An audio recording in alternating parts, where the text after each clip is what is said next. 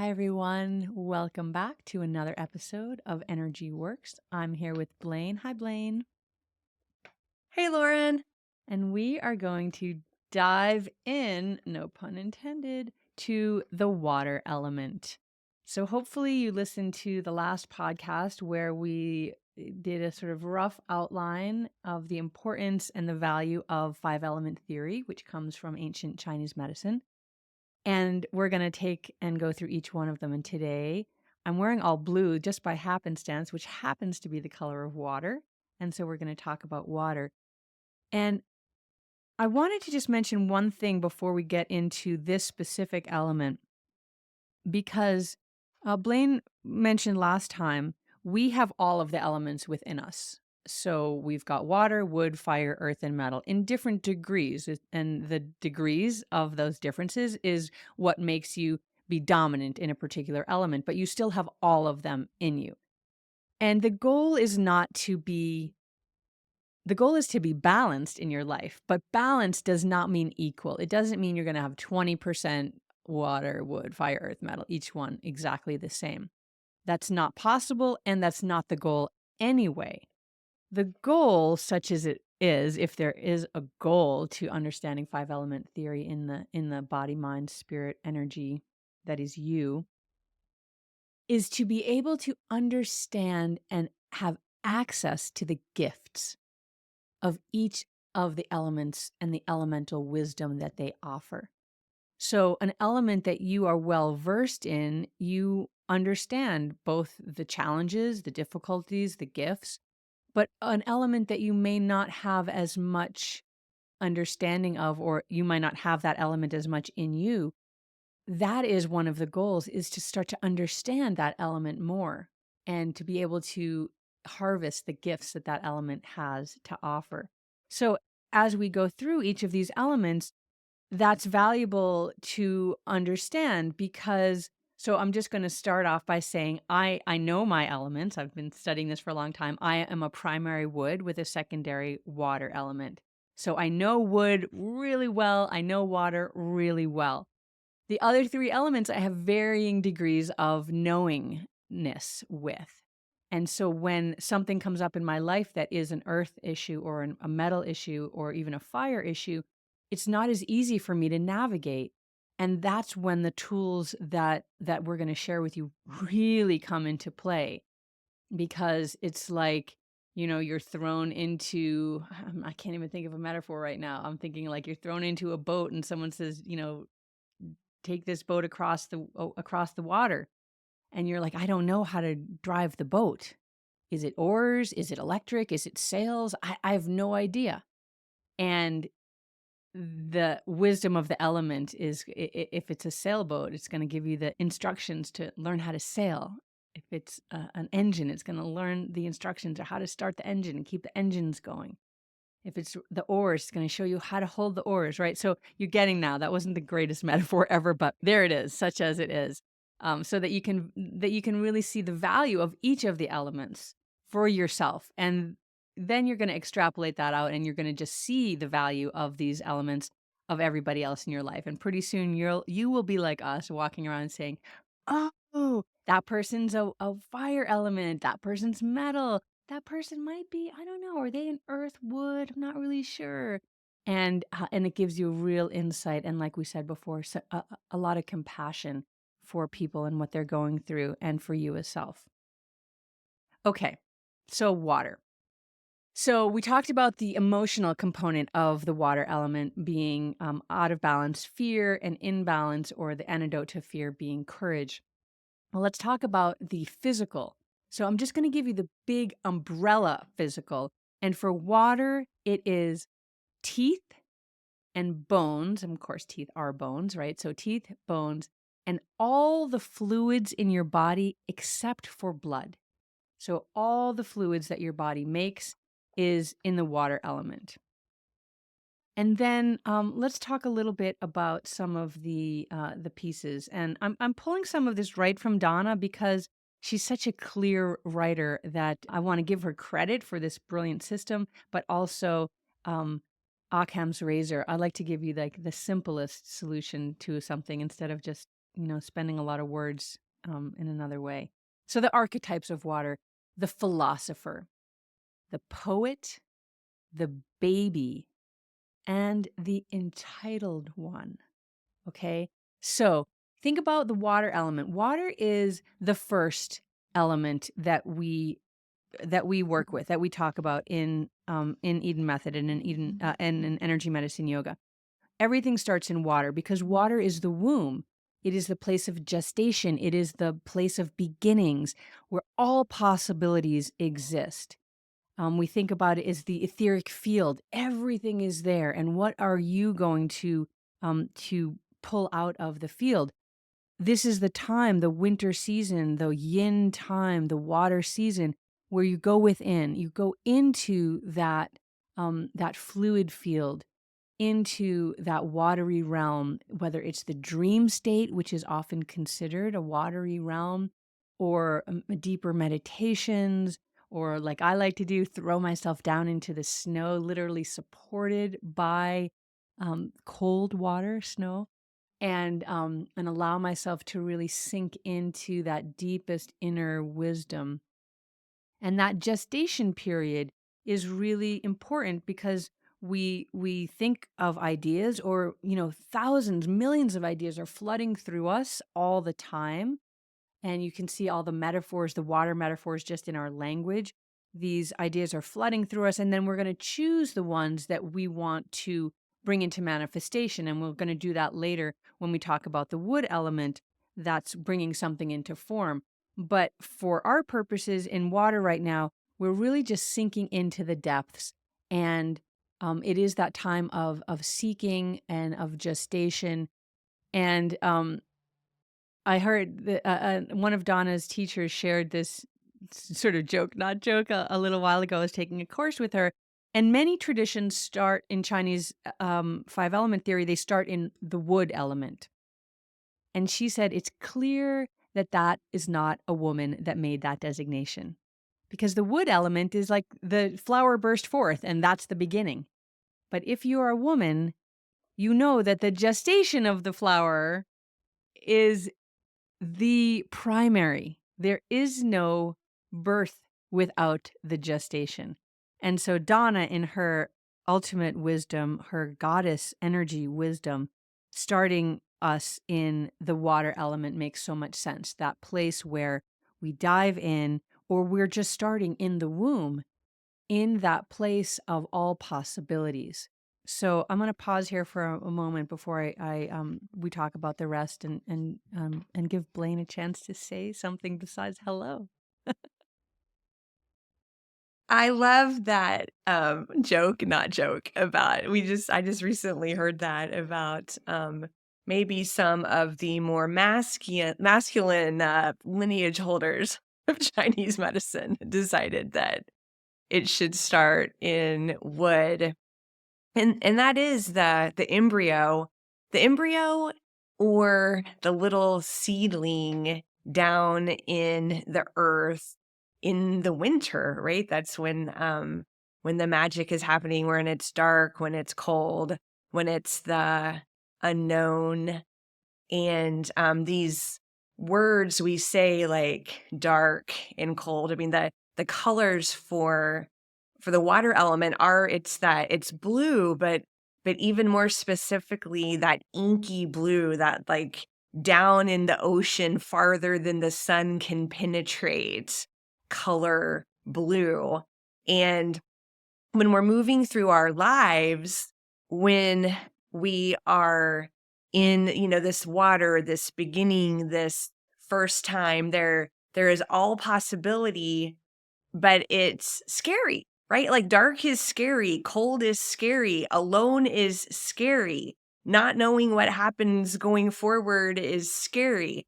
And so that's where the fear comes in, the fear and the courage.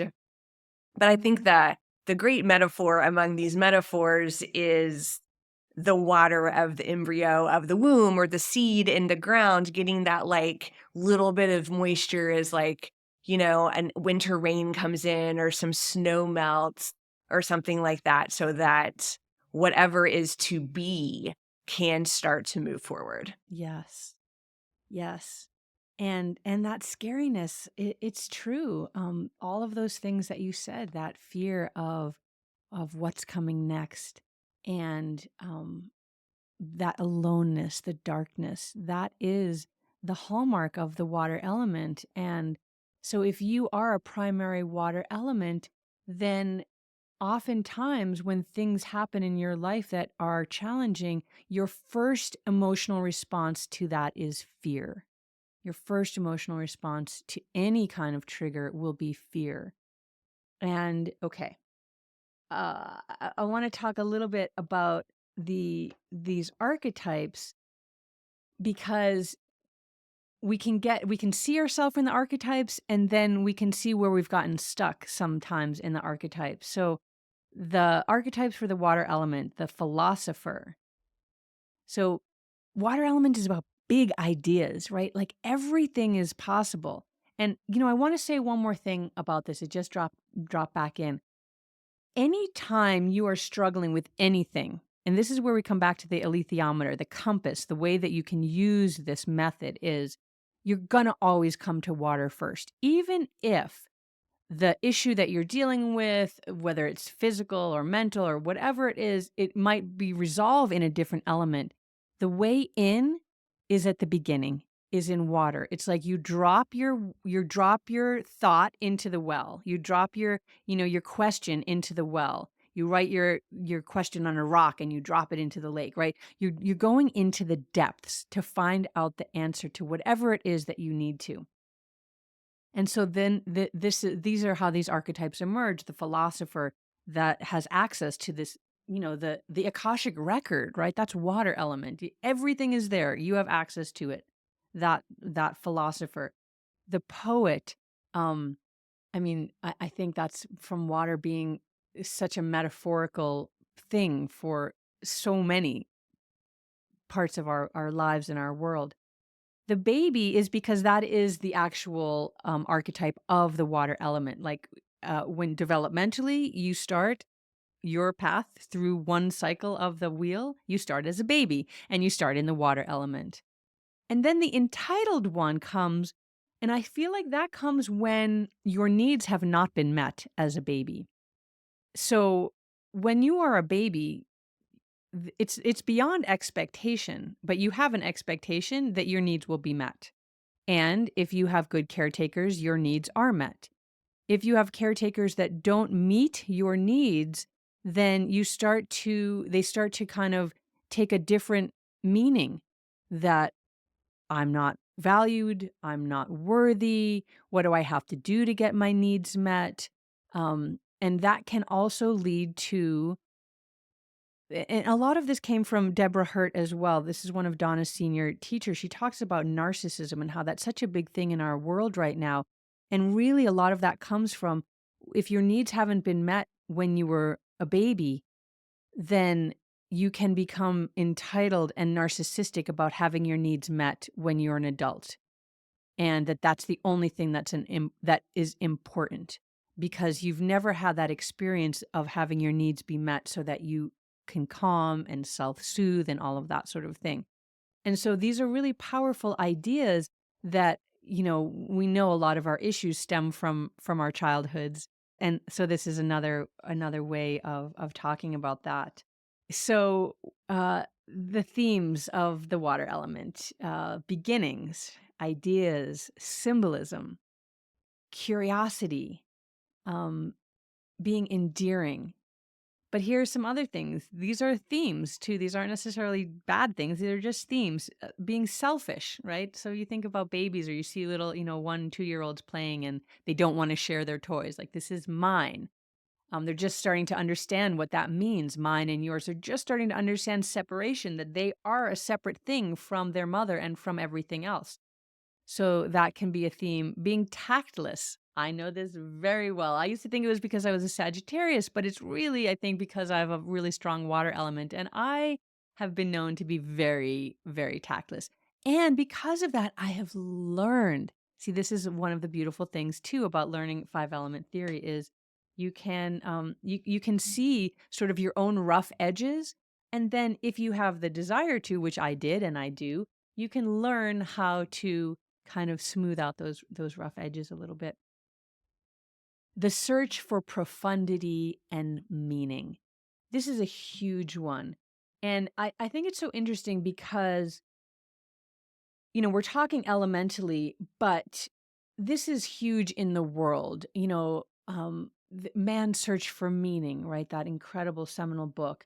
And all of these, what is your life's purpose? And all of these things that are out in the world right now of helping you to find a life of purpose and a life of meaning and all of that. Why?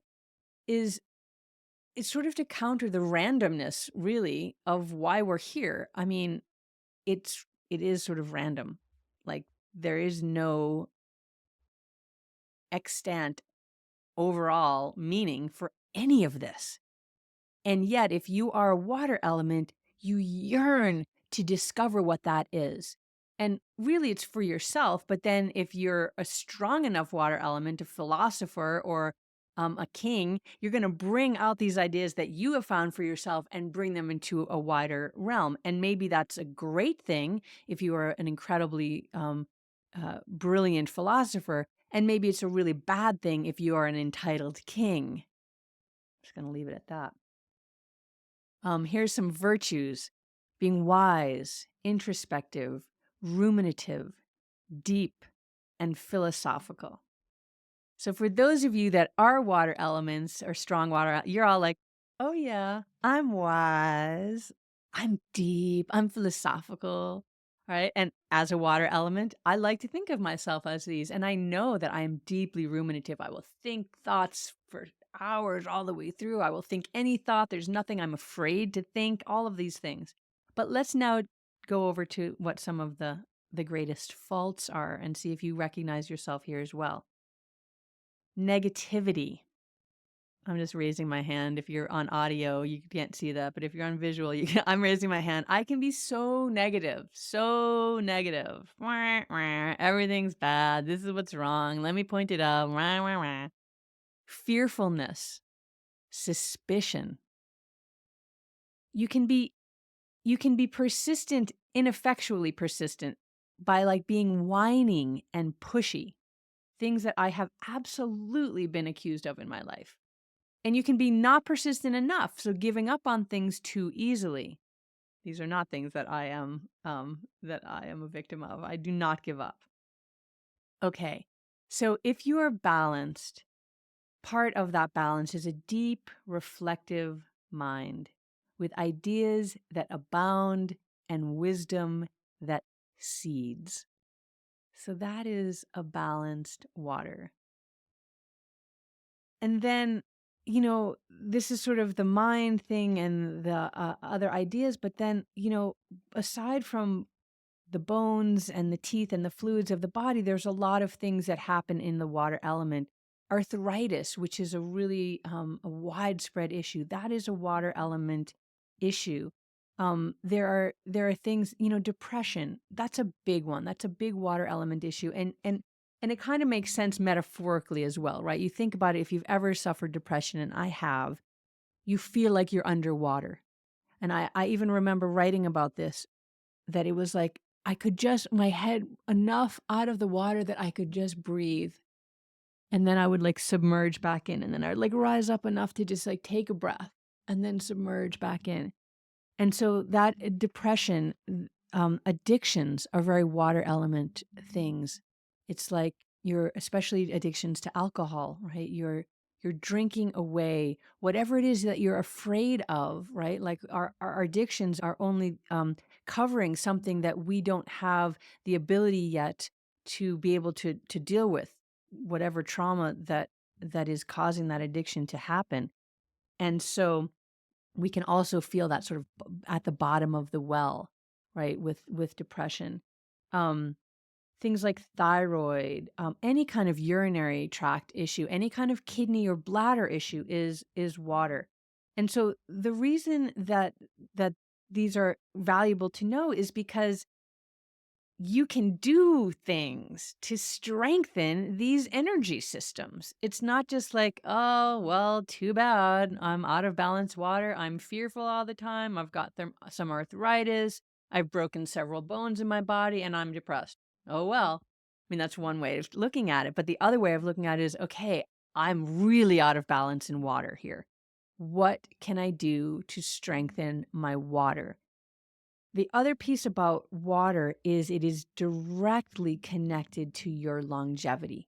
Now, longevity is the huge buzzword in the world today. Everybody is talking about longevity.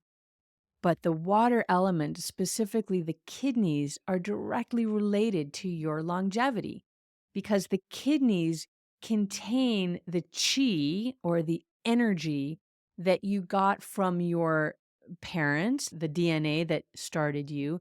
But also, there's this thing called um, it's like you're getting it from the atmosphere as well. To say it without in a way that's easily understood. Like there's an energy that comes from just the world, right? That you're getting, and that is the kidney energy.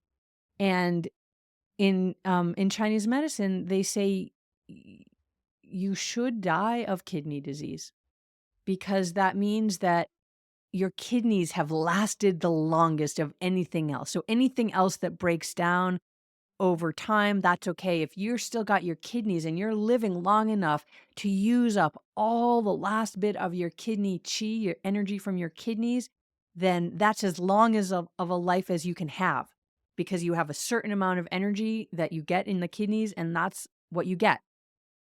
And you can strengthen that. So it's not like you're adding more to that, but like you're allowing that energy to be strong. And you do that with really specific energy techniques. This is one of the things, again, that I adore about Eden Method and that I adore about energy medicine yoga because I've brought in those things in a way that you can work with. And actually, energy medicine yoga started because I started working with my kidney energy. There were these techniques that were holding, in energy medicine yoga, we do all these long holds or we hold all kinds of parts of the bodies. You've seen some of these in these podcasts. And so there's a hold and it's pretty intricate, but and it takes a really long time. And so I was doing these holds and I was like, well, if I did this hold while I was doing self-seated spinal twist, then I could be doing a spinal twist and holding kidneys, which is great because I'm twisting, which is also helping kind of wringing out the energy of the kidneys while I'm doing these techniques to both clean the kidneys out and then strengthen the kidneys up. And that's honestly how one of the two things that started energy medicine yoga was working with these energies because they're really good for longevity, they're really good for fertility, they're really good for all of these things that I wanted at the time, and that many of my students are wanting as well, and really the whole world. The whole world, I feel like, is really wanting some longevity, and working with kidneys is one way to do that. So we're back to that water element. Um, Water, it's what we're made of. I think we're like 90% water when we're born, and as adults, we're about 70% water. So keeping your water element really strong and vibrant and knowing how to, here, I'm just going to throw some metaphors at you, how to surf the waves of your life or ride the currents of the river, whatever of these metaphors speak to you, the water element is really deeply, deeply powerful. You think about it, it's water that made the Grand Canyon, right? And so you get to see the absolute power of this deep element. And it can be, the deep reserves of water, deep rivers underground, and it can also be the geysers that burst out. So it can be both really like deeply internal, quiet and yin with those underwater aquifers, and massively yang with the those huge waves that come, tidal waves and geysers and hurricanes. This is yang water, big, sometimes violently active water. So it's not just a stillness, there is a lot of movement as well. And one last thing I want to say, and then I want to turn this over to Blaine. If you remember from I don't know, probably in grammar school, maybe you learned this, that water takes the shape of its container. Water takes the shape of its container.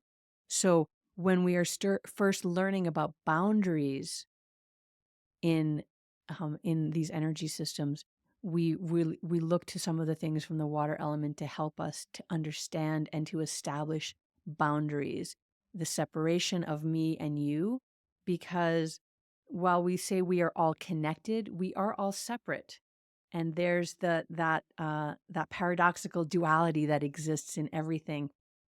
And even the way we talk about things, we have to isolate the element water to talk about water, but nothing takes place in isolation. And when we take that frame off and we try to look at water, we can only look at water by also looking at what feeds water, which is the metal element, and what water feeds, which is the wood element, and who water suppresses, which is the fire element, and who also feeds, which is the earth element. And so we can't really speak about any of these elements by themselves, except we are. But I just want you to know that, the water is fed by the metal element. The metal is all about endings. Water is about beginnings, but there is no beginning if there is no end.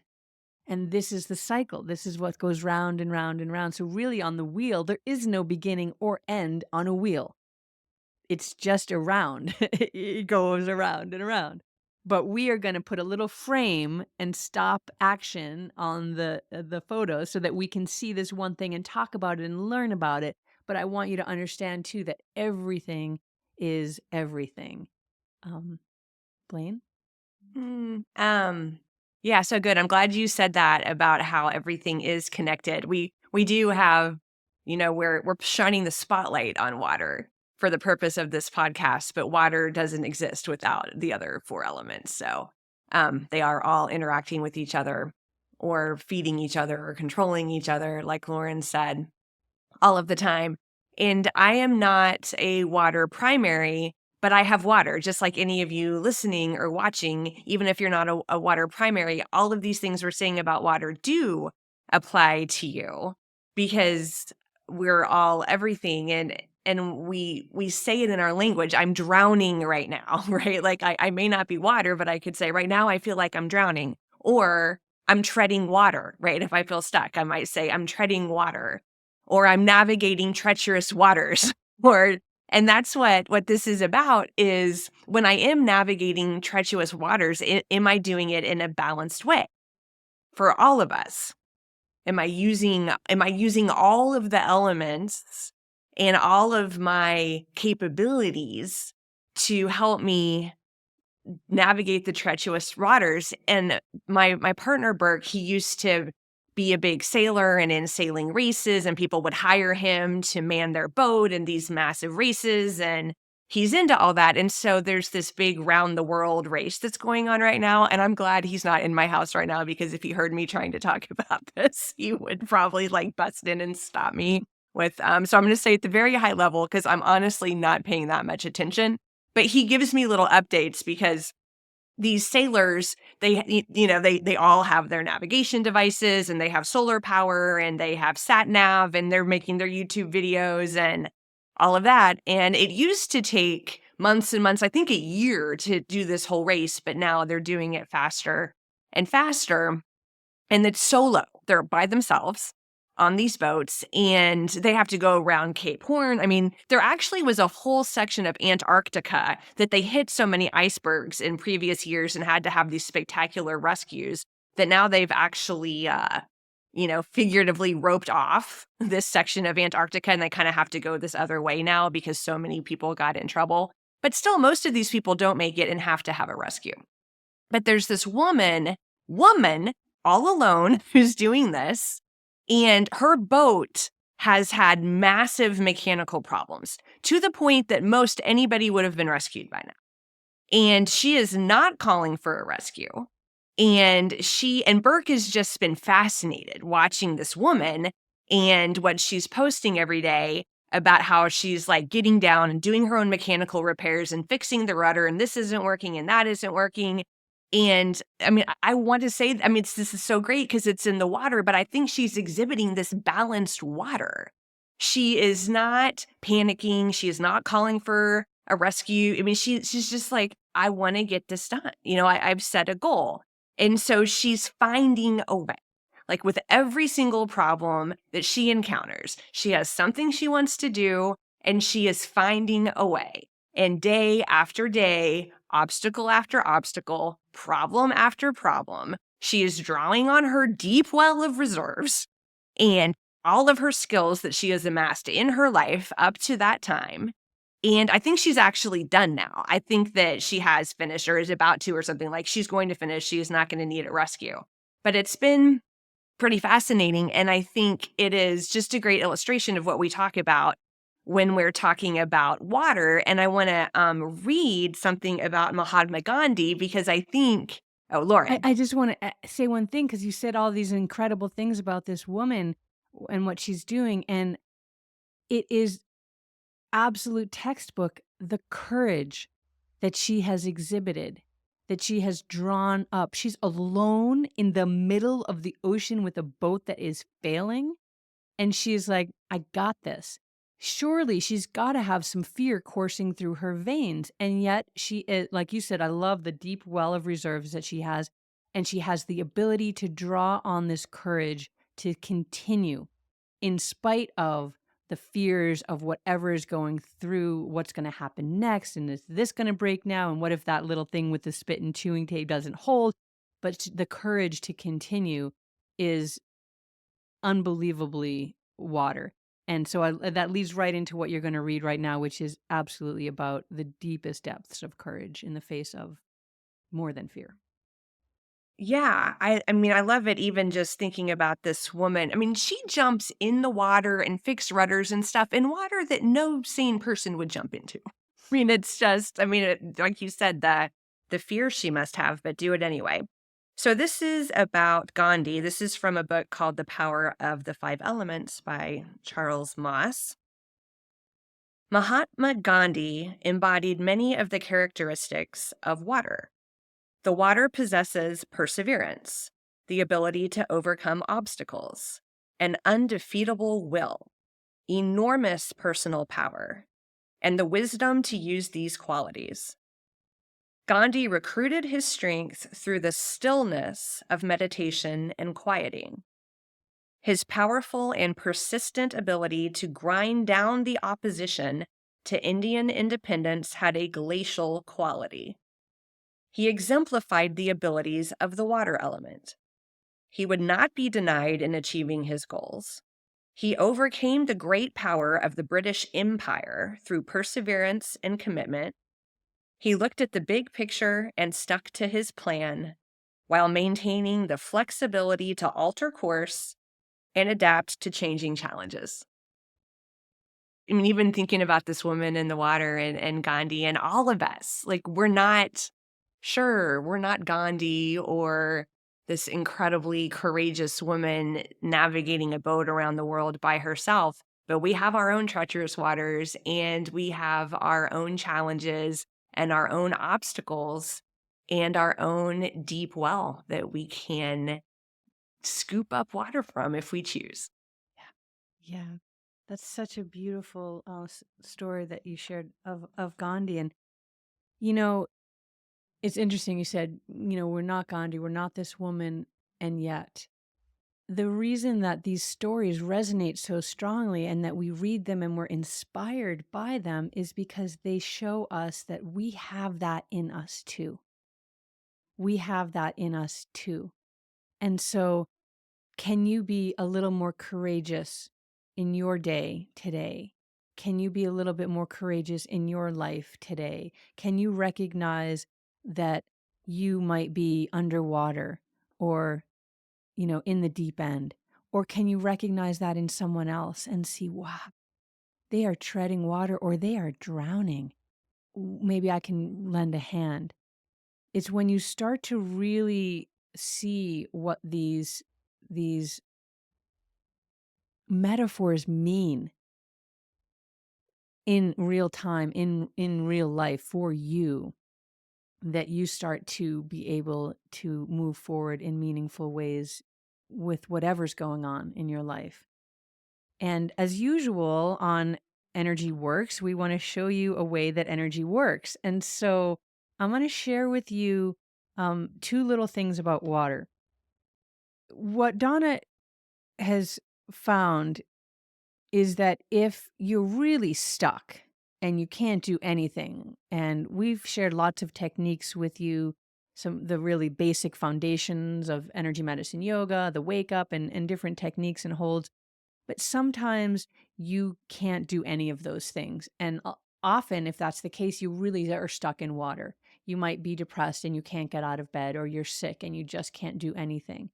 And this comes from personal experience for me. I have been so deeply depressed that I did not want to live. And I would pray that I wouldn't wake up in the morning. And then I would wake up in the morning and I was like, okay, I guess I'm going to get through another day. So this is like the depths of depression. And I was not getting out of bed and doing an energy medicine yoga practice. I can tell you that right now. Nothing was happening. I was not doing the wake up. I was, a lot of times you're like, you have all the arrows in your quiver, but you don't take them out to use them. It's like you forget you have them when you're really at the end of your rope, or you're drowning. You forget that you have ways that you can save yourself. So, what I want to share, and I'm going to share this for each of the elements, there is a sound that every element has that these are ancient sounds that the ancient rishis in China discovered. And these are the sounds that get the energy of the physical part of that element moving. So in the water element, we talked about bladder and kidney. Those are the two main meridians that it's what's called the water complex. It's what makes up the water element in the physiology of the body. And so these sounds help energy start to move through those meridians, and that starts everything moving, right? Movement is what we need. Energy needs to move. It needs to move. It wants to move, and it needs space to move. And so if you can't do anything else, you can make these sounds, which of course open up all kinds of space in the body. They use your breath, they vibrate the bones, which is also water element. Okay, so the sound for the water element to move from fear into courage is the sound WHO. And you can say it either aspirate or vocal. So if you were to vocalize it, you would say woo. And if you were doing it aspirate, which is most how we do it in a yoga practice, you would say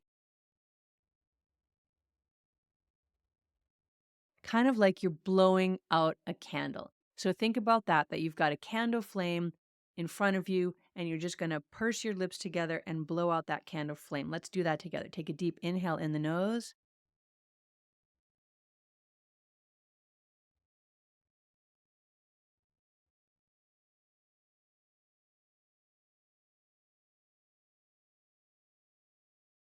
Okay. So each of these elements also has what we call a hold. The technical term is a neurovascular reflex point hold. But for our purposes, what we are doing is holding different parts of the head that contain energetic points that, when stimulated, start to also move energy in these elements. And so, again, moving from fear into courage. All of them use the handhold that we've shared with you before, covering the frontal points right on the forehead. So if you put your hand over your forehead as if you're taking your own temperature, you're covering the points there. The other hand is going to come to the back of the head at the very lowest point where you're still on your head. So your thumb might be just at the edge of the top of the neck, but you're not holding the neck. You're just at the very back of the head. So one hand is on the back of the head, one hand is over the forehead, and you can hold here. Now, you can just lie in bed like this, and you better believe I've spent hours just lying in bed like this, holding these points, holding this point, holding the fear, letting it be okay. It's okay to be afraid. It's okay to be afraid. And then at some point, it's going to flip over into, I can do this. I got this. I can do it. I can do it. And you can also do the sound when you're holding these points. So I'm holding the points, Blaine's holding the points, and let's just do 3 of those breaths together, blowing out the candle, WHO, through the mouth. Inhale in the nose.